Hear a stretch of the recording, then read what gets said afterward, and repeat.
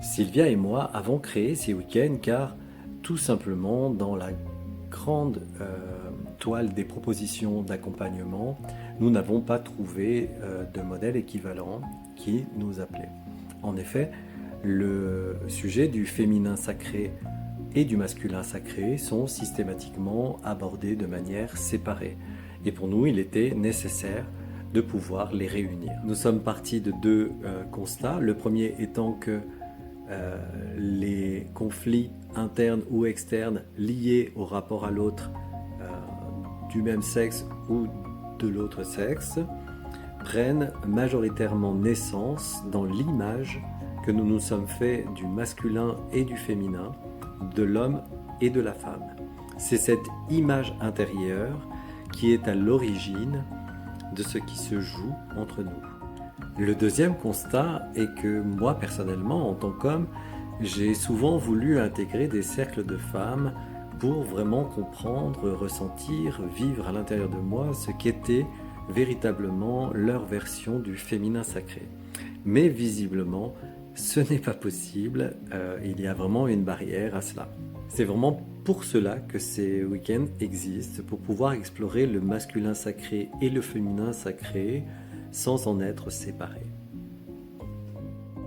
En quoi consistent ces 4 thèmes? C'est très simple, puisqu'avec Christophe, on a réparti l'accompagnement des noces sacrées à travers les 4 plus grandes phases de vie, qui sont la naissance, l'adolescence, le couple et l'accueil d'un enfant ou d'un projet au sein du couple, puisque c'est toujours à travers ces 4 grandes étapes que vont se modeler en nous notre perception de ce que doit être le féminin et le masculin. Et donc, on vous propose d'aller clarifier tous les ancrages qui ont pu être mis en place, la plupart du temps inconsciemment, pour vous permettre de renouer avec la force et la beauté de ces 2 énergies dans leur forme originelle. Nous confondons souvent le féminin masculin avec l'homme et la femme. Le féminin et le masculin sont des dimensions énergétiques universelles qui sont propres à chaque individu, indépendamment du genre biologique. Si nous rejetons une forme masculine ou féminine dans notre existence, nous rejetons, sans le savoir, une partie de nous-mêmes. En effet, rejeter à l'extérieur revient automatiquement à rejeter à l'intérieur. C'est comme si l'on portait une guerre auto-immune contre nous-mêmes.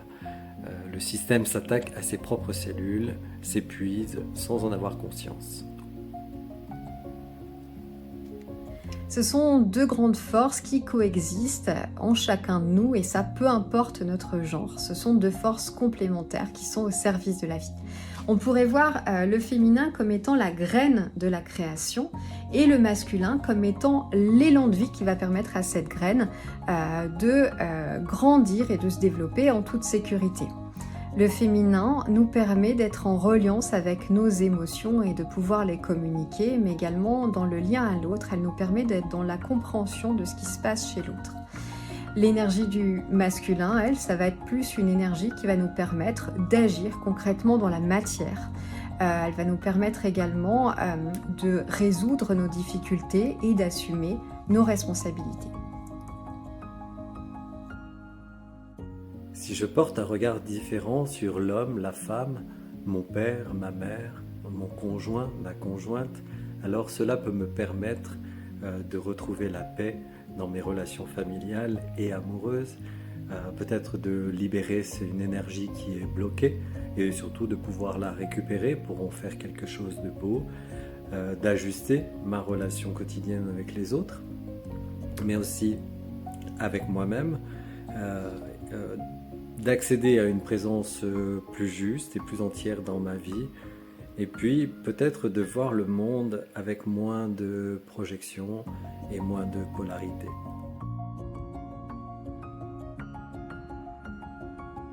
Alors à qui ça s'adresse? Vous allez certainement vous reconnaître dans certains de ces exemples que je vais vous donner. Ça s'adresse à toutes les personnes qui ont déjà des difficultés relationnelles, celles qui ont du mal à trouver leur place dans leur lien à l'autre, celles qui veulent avoir des relations plus équilibrées, plus harmonieuses, Ça s'adresse également à celles qui ont conscience qu'elles ont vécu des expériences de vie difficiles à travers les 4 phases qu'on vous présente, la naissance, l'adolescence, le couple ou l'accueil d'un enfant.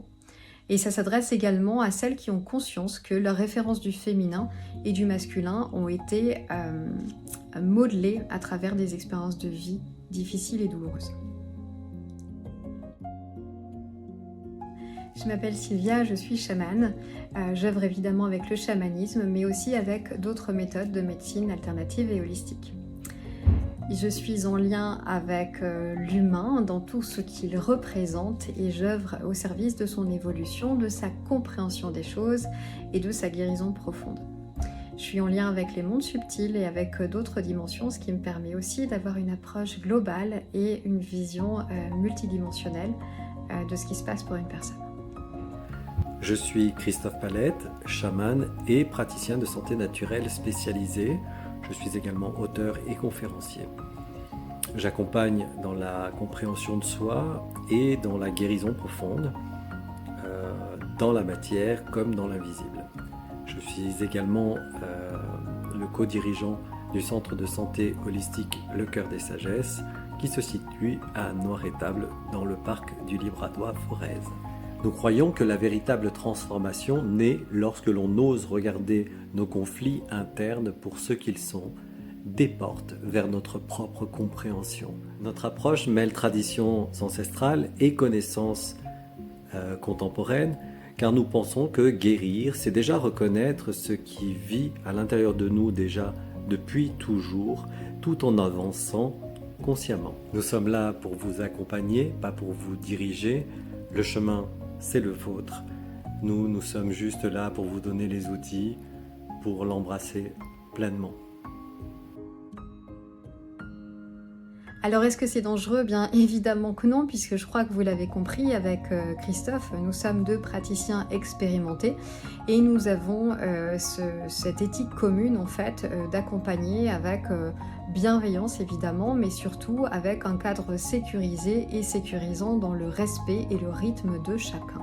Voilà, donc tout ce qu'on vous a proposé, on l'a déjà expérimenté ensemble et expérimenté aussi des milliers de fois individuellement dans nos méthodes respectives. L'état de conscience modifié qu'on va vous proposer pendant ce week-end, puisque l'état de conscience modifié va faire partie des techniques d'accompagnement de ce week-end, c'est quelque chose qui est très naturel pour chaque être humain.